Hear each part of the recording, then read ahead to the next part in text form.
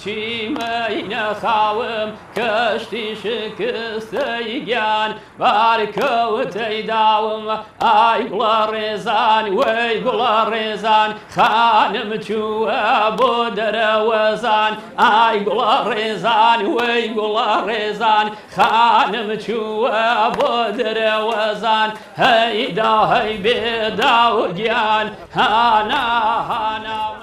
شاری سنە یەکێکە لە شارە گەورە و گرنگەکانی ڕۆژهەڵاتی کوردستان بە شاری هونەر و ڕۆشنبیریش ناسراوە.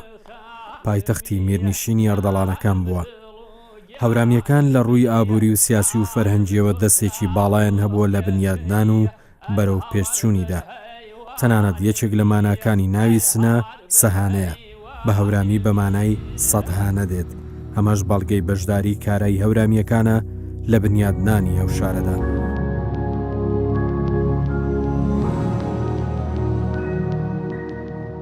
وشەی شار وەکو پێناسە شوێنێکە کە داگری حەشیمەتێکی بەرفراوانە، هەروەها ناوەندێکی ڕامیاری کارگێڕیە کە چالاکی سەرەکی خەڵکی ئەو شوێنە لە دەرەوەی بازنەی کشت و کاڵ و ئاژەڵداریە.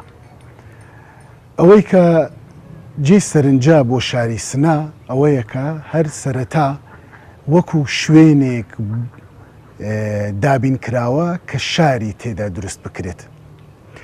لە بواری فەرهەنگیەوە ئەگەر ئێمە بمانەوێت کاریگەری هەورامیەکان لەسەر گەشەی کولتوری و فەرهەنگی شاری سنەوە ئاماژێ پێ بکەین، ئەتوانین ئاماژە بە 4 هێمانە یان عنسر بکەین. یەکەمیان لە بواری کە گرنگترینیشیانە لە بواری زمان و ئەدەبەوەیە، دیارە شێوەی ئەدەبی هەورامی بۆ ماوەیەکی زۆر درێژخایەن و هەروەها بەرفراوانتر لە ناوچەی ئەردەڵان شێوازی سەرەکی و زمانی زاڵی ئەدەبی بووە. و ئەردەڵانەکانیش هەر لە نێو شاری سنەدا پەیڕەویان لەم شێوازە کردووە.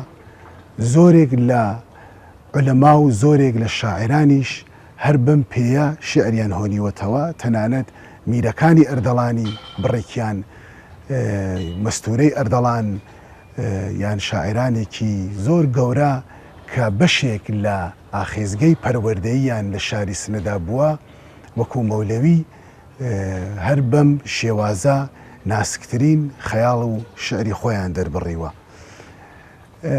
لە بواری زانستی شریعەتیشەوە دیارە هەورامیەکان دەورێکی باڵایان گێڕاوە.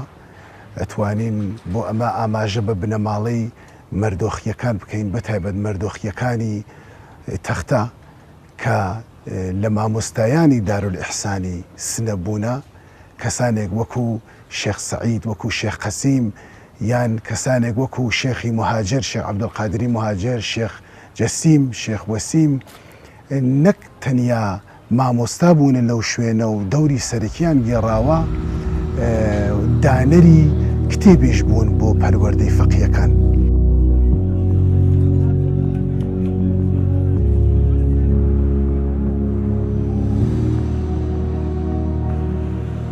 سلێمان خان کە بە بناغەدانەری شاری سنەدا ئەندرێت، لە کاتی دروستکردنی شاردا ئەو کەسانی لەگەڵی بوون بەشێکی زۆریان هەورامی بوون. هەروەها پێکاتەیەکی گەورەی سوپای ئەردەڵانەکان چەکدارە هەورامیەکان بوون. ئەمە ژەوە دەردەخات هەورامیەکان بەشداریەکی بنەڕەتیان هەبووە لە بنیادنانی شارەکەدا. پێش بنیادنانی شاری سنە قەڵەمڕەوی ئەردەڵانەکان لە 4 قەڵادا هەبووە. هەر یەکە لەم 4 قەڵایە لە ناو جوگرافیای هەوراماندا بوون بە ناوی قەڵاکانی زەڵم، پاڵنگان، حەسەناوە، مەریوان. بەر لەوە داستانە پێکاتن شار سنە دەست پێ بکەم، ئەشێ بڕمە سەر ئاخێزگەی ئەردەڵانەکان. بنەڕەتە ئەردەڵانگەل هەڵەگەڕێتەوە بە مەروانیگەلێ دیاربەکر. لە دەورە سەلجوقیگەلە مەروانیگەلێ دیاربەکر تووشی ئاڵگۆڕی بوون ئبنە هەژیر ناوێ ئەم حکوومەتی ڕۆخان بڕێ لە تایفێ ئەردەڵانگەل بە واتەی مێژوو بە گەورەی و سەرکردەیی قوباد ئەردەڵان هەڵسان هاتنە ناو منتەقەی هەورامان و لە پاڵەنانان نیشتەجێ بوون.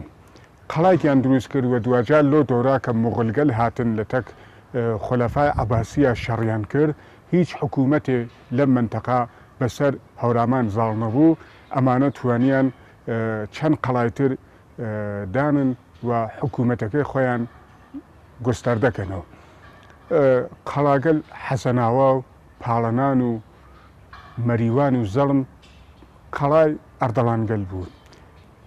لە دۆرەی شاعباسە شاعباس داوای کرد لە ئەردەڵانیگەل کە تەسلیمی حکوومەت بن. هەڵۆخان ئەم دەرخاستی ڕەتەوە کردەوە و هەتکیان توش جەنگ بوون. لەم جەنگا شاعباس داوای سڵحی کرد، داوای یارمەتی کرد لە هەڵۆخان و ئەم سڵح و ئاشتیە بەرقەرار بوو بەو شەرتە کە خانەحمۆخان بڕێتە ئیسفەهان و لێنا بمێنێتەوە. دوایی خانەحمۆخان کە هاتەوە بۆ ناو ئەردەڵان، هاتەوە بۆ ناو پاڵەنان، لێنا لە تەک هەڵۆخانە بوو بە شەڕەقسەیان و هەڵۆخان دەستگیر کردیا هەناریا بوو ئیسفەهان و حکوومەتێ ئەم منتەقە دریا بە خانەحمۆخان. دوجار بەهۆی گیر و گرفتێک فرا خانەحمۆخان یاغی بوو لە دەوڵەتی سەفەوی و لەگەڵ شاه سەفیا بوو بە شەڕیان. لەم شەڕە خانەحمۆخان شکستی خوارد و چوو بۆ مووسڵ و حکوومەت دریا بە سلێمان خانە ئەردەڵان. سلێمان خان بۆ شەرتام حکوومەتە پێدریا کە قەڵاکان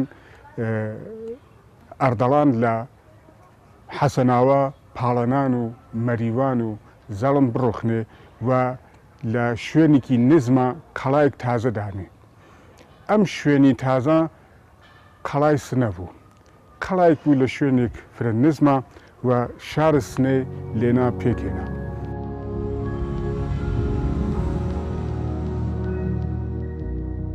لە دوای شکستی خانەحمەدی خانی ئەردەڵانەوە شاه سەفی مەرج بۆ سلێمان خانی ئەردەڵانی دادەنێت تا هاوکاری بێت لە بنیادنانەوە و بەهێزکردنەوەی میرنشینی ئەردەڵاندا. یەکێک لە مەرجەکانی ڕووخاندنی چوار قەڵاکەیە. هاوکات بنیادنانی مەرکەزی میرنشینی ئەردەڵانە لەو شوێنەی ئێستای سنەدا.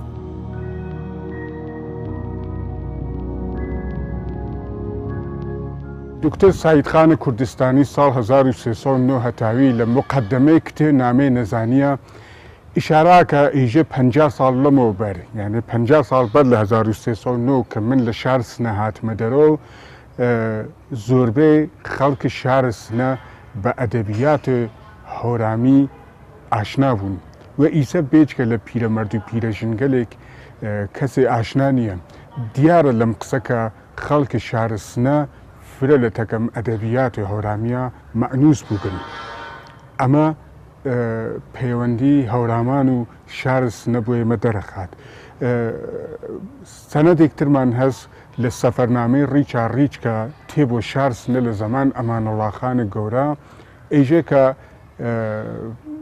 فرەیەک لە سەروازگەلێ فەرمانبەرێ ئەمانەڵڵاخان گەورە گشتیان هەورامی بوون و ئەمنیەتە شارە سنە بەدەست هەورامیگەلەوە بوو. ئەو کاتەکە شار سنە پێک هات بنەماڵەی ئەردەڵان لە پاڵەنانەوە کە هاتن لەگەڵیان چەند بنەماڵە و بڕێک لە هەورامیگەل لەگەڵی بوون وەک بنەماڵەی مەردوخیگەل، وەک بنەماڵەی شێخەلیسلامگەل و فرێک لە ئەردەڵانگەل منتەقەی هەورامان و هات نسنەوە دوجار لە ئەملاو ئەو لە فرێک لە بنەماڵەگەل بۆ ئاوانکردنە شارە سنە هات نسنەوە لێران نیشتەجێ بوون و شارە سنە پێکاتووە لە کەمترین زەمانە بوو بە مەرکەزێک فرە گەورە لە بواری اقتصادیە ئابووری، لە بواری سیاسیە، لە بواری معماریە، لە بواری علمیە و بوو بە شوێنێکی تایبەت.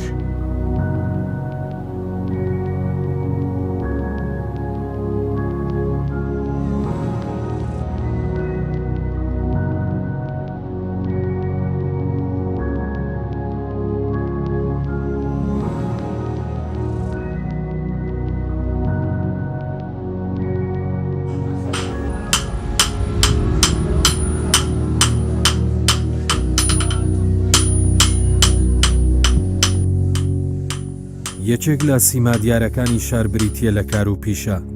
لە سەرەتاکانی دروستکردنی شاری سنەشدا پیشەگەرەکان کۆمەکی باشیان لە بنیادنانی ئەو شارەدا هەبووە. لە سەردەمی میر سلێمان خانی ئەردەڵاندا کاتێک شاری سنە بنیاد دەنێت هەوڵی کۆکردنەوەی پیشەگەرەکانی ژێردەسەڵاتی میرنشینەکەی دەدات و لە شاری سنەدا کۆیان دەکاتەوە. یەکێک لەو ناوچانەی جێی سەرنجی سلێمان خان دەبێت هەورامانە. لەم ناوچەیەوە چەندین پیشەگەر دەگوازێتەوە بۆ شاری سنە. لەوێ جێگەی تایبەتیان بۆ دابین دەکات بە ناوی کوچەی چیلانگەران. ئاسنگەرەکانی پاڵنگان بەشێکن لەو پیشەگەرانەی جێی بایەخی میری ئەردەڵان دەبن تا بتوانێت کەرەستە جەنجەکانی وەک شمشێر و خەنجەر و کەوان بۆ سوپاکەی دابین بکات. لێرەشەوە جێگەدەستی هەورامیەکان لە بواری پیشەگەریدا بە شاری سنەوە دەردەکەوێت. نزیک بە 400 ساڵ لەمەوبەر سلەیمان خان ئەردەڵان کە شار سنێ بنانیا گەڕیا بە دەوروەر شار سنا بە تایبەت هەورامان کە بزانێ سواکارگەر و پیشە سازگەر کێمان هەست کە پتانی ئەمانە بێرێ لێرە جێگەیان پێبا و لەواقع لە بازاڕە جێگەیان کاتەوە. بەشێ فرێ لە پیشە سازگەری کە لە شار سنا لەواقع توانیگیانە کارگەرێک بنەڕەتی بکەن و پیشەگەرێک تایبەتیان بێت.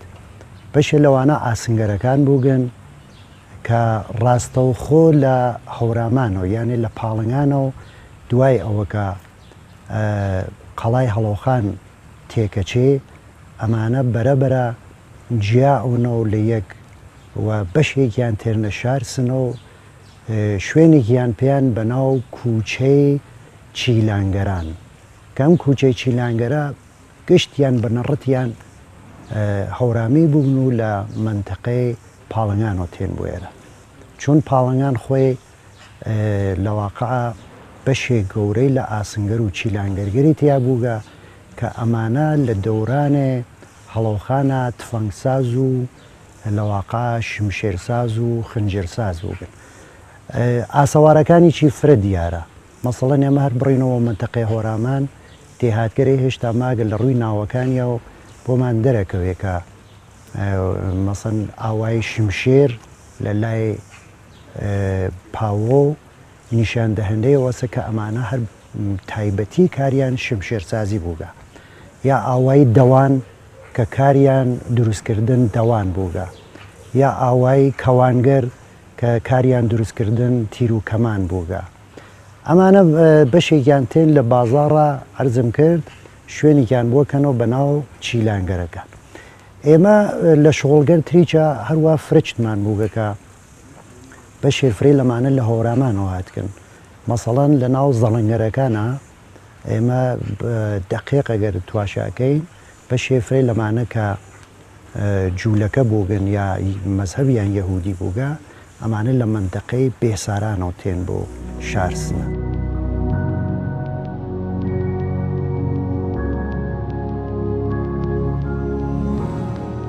پەیوەندی فەرهەنگی هەورامیەکان لەگەڵ فەرهەنگی شاری سنەدا هاوکاتە لەگەڵ دروستبوون و گەشەی ئەم شارەدا. چەندین بنەماڵە و زانای ئاینی و کەسایەتی ناوداری هەورامان کۆز دەکەن بۆ ئەم شارە و جڵەوی معریفی شارەکە دەگرناسۆ بە تایبەتی بنەماڵەی مەردۆخیەکان. دەستەڵاتی ئاینی بۆ 13 پشت دەگرنە دەست. لە بواری ئەدەبدا گوتاری ئەدەبیاتی هەورامان لە کاتی حکمی ئەردەڵانەکاندا گوتارێکی زاڵ و بەرجەستە بووە. زۆربەی تێکستە ئەدەبیەکانی ئەو کات بە شێوەزاری هەورامی نووسراون. ئەمانوڵڵا خانی میری ئەردەڵان و مەستورەی ئەردەڵانی نمونەی هەرە بەرزی ئەو مەیدانن.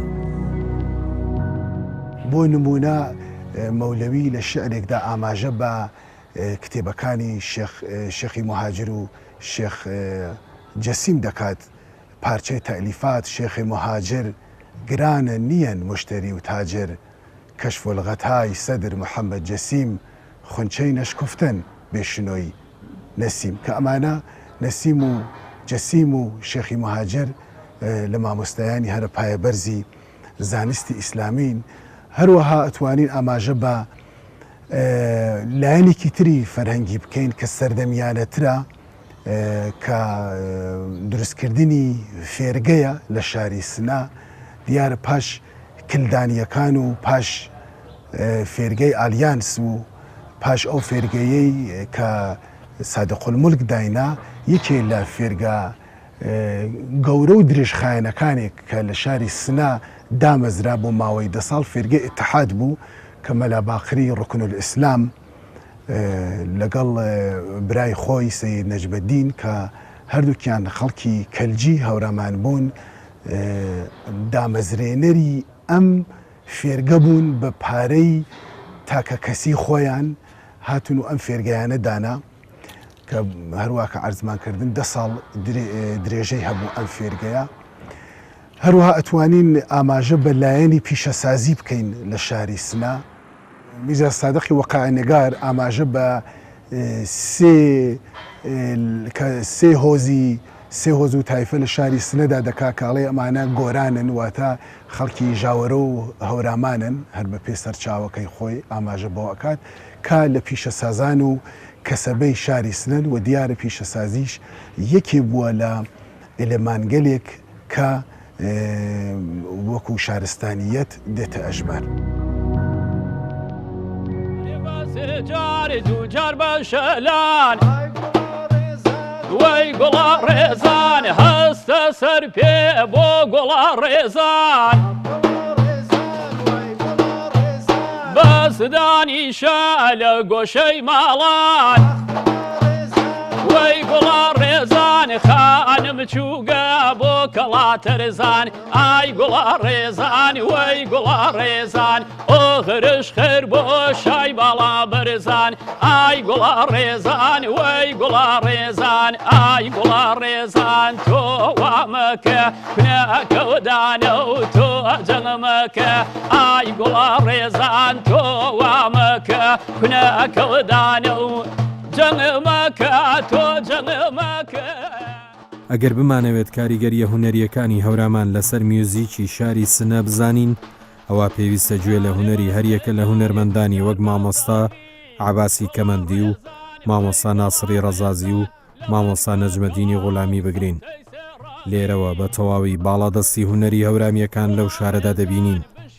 منبوونی هەریەکە لەو هونەرمەندانە لە ناو دەریا فراوانەکەی سیاچەمانەدا نیشانەی دەوڵەمەندی و ڕەسەنایەتی ئەم هونەرەیە. هەرچەندە بەشێک لەو ئاوازانە گۆڕانکاریان بەسەردا هاتووە کاریگەری هونەری شارێکی فەرهەنگی وەک سنەیان پێوە دیارە، بەڵام هێشتا مۆرچی زێدی لە دایک بوونیان لەدەست نەداوە. گۆرانی هەورامی لە ئەسڵەدا بەشەکرێ بەسەر 4 دانە فرمە 4 دانە وتنە.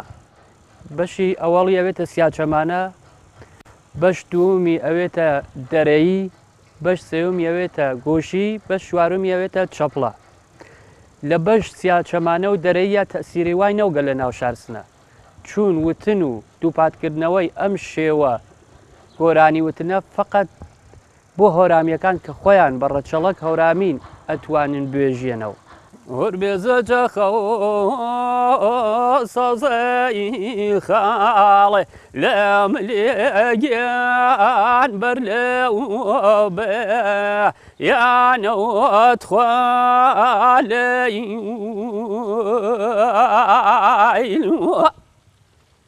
ئەمە پێژن سیاوچەمانە.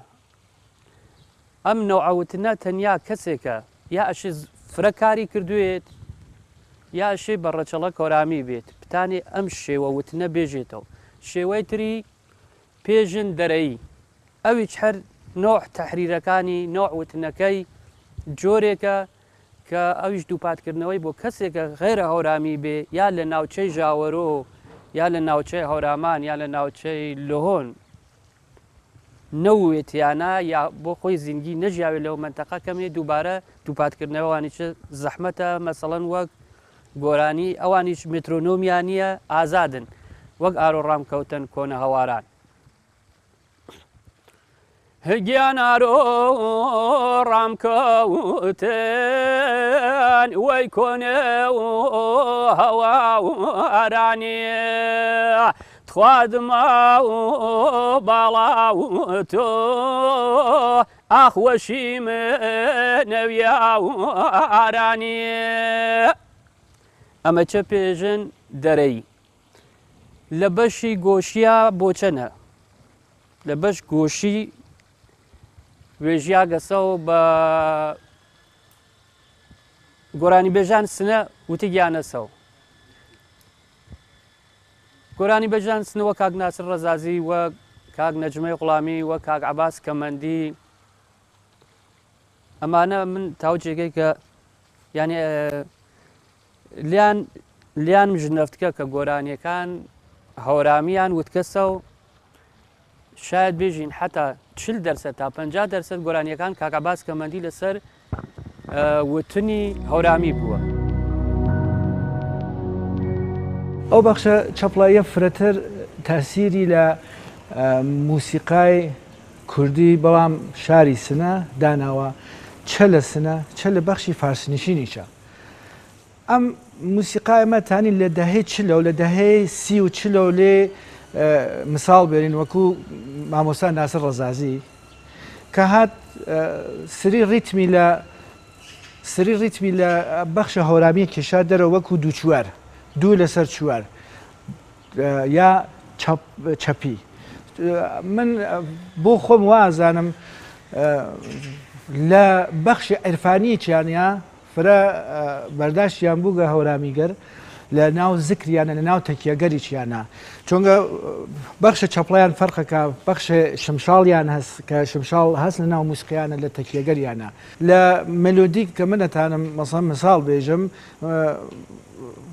گەل لەو گەلە مەسەڵەن هەی لەو گەلاوێژە کە کاک ناسر مەسەڵەن 30 ساڵەمەوە بەرەمەی هاوڕگەسە ناو موسیقی کوردی سنا بەم سوورەتە بووگە ئەیلان بەخشە هەورامیەکە نازانوە لێ بەم جۆرە خۆندیە گەل لەو گەلە هەی لەو گەلە گەل لەو گەلە هەی لەو گەلە ئەوێژە خالم ناسنێ خالم ناسنێ ئەو بەژن و باڵە ڕێزە ئەو بەژن و باڵە ڕێزە ئەمە چەپڵە بووگە وە فرست سەختەمانە تو بیتی ناو بەخشە موسیقاجا بەخشە هەورامیەکە من ناتانم خوێنم ئەم گەل لەو گەلە 100% دەزانم کە تەرجیح بەندەکانی لە جێگەرەکە ئەشکێک کە ناتانی لەبان دوو چوار و پیادەکەی